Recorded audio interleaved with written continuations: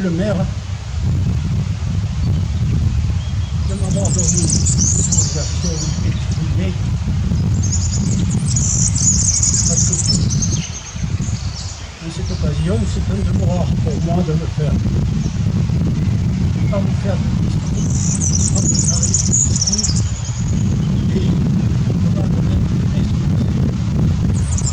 Nous vouloir m'excuser si mon expression, mon évolution n'est pas du tout nette, parce que l'émotion, la tristesse et la colère après ce qui vient de se passer sur ce monde-là sont encore là, ne sont pas complètement évacués. Ils prennent le pas sur la raison. Ce devoir, il me vient de la mission que nous ont confiée les autres à l'ANAC, des résistants eux-mêmes.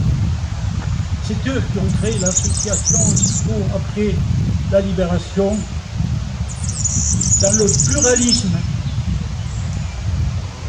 à l'image de ce qu'avait été le Conseil national de la résistance. Car la résistance leur appartient à eux et à personne d'autre.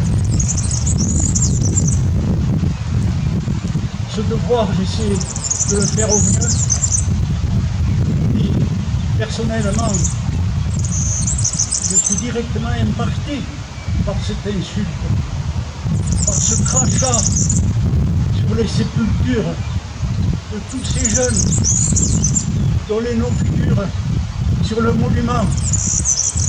Je pense à certains de la blâmer comme Sévérini, ou à d'autres encore plus jeunes comme le petit Écon Berly, 15 ans, massacré par les fascistes, car la milice pétainiste était une milice fasciste. Il n'y a aucun doute à avoir là-dessus. Le régime pétainiste est de plus en plus fascisant.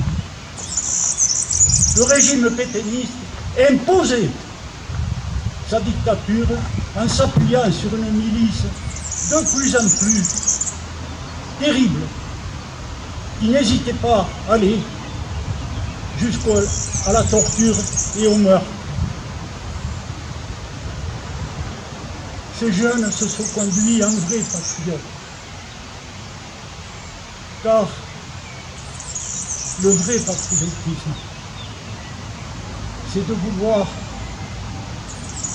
que toutes les citoyennes et citoyens de la patrie, les enfants de la patrie, vivent dans le bien-être, dans la plus grande solidarité, sans aucune distinction d'origine ou de différence. C'est ça, le patriotisme. Et c'est d'être capable d'aller jusqu'au sacrifice pour défendre cette valeur. Je voudrais aussi revenir sur le titre qui a été donné dans le journal local.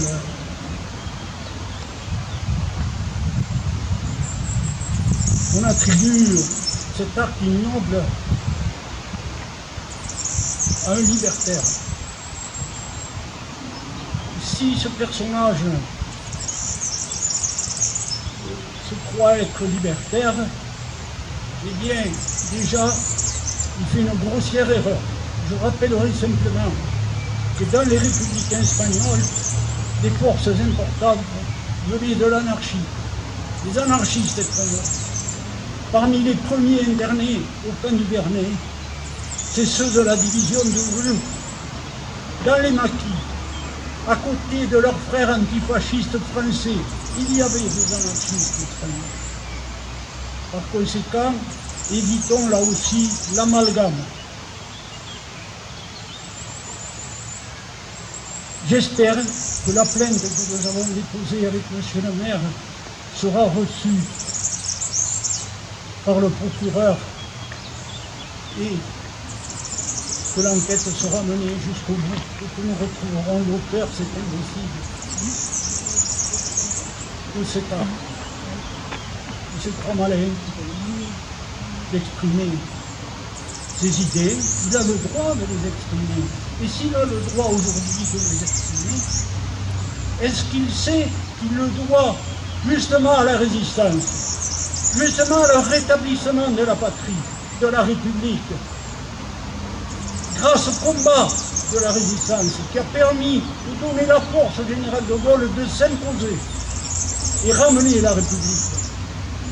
Est-ce qu'il sait, quand il dit qu'il veut se gouverner seul, que quand il va chez le médecin ou à la pharmacie, parce que même s'il se croit très fort, à un moment donné, il doit bien être malade, il doit bien être touché par la maladie. Est-ce qu'il sait que s'il y va gratuitement, c'est grâce à la sécurité sociale? Et c'est quoi la sécurité sociale? C'est la solidarité entre les citoyennes et les citoyens. Et ce sont permis, grâce à leur volonté, au poids qu'ils ont pesé dans le Conseil national de la résistance, que la sécurité sociale soit créée après la libération. Voilà. Écoutez, je vais en rester là.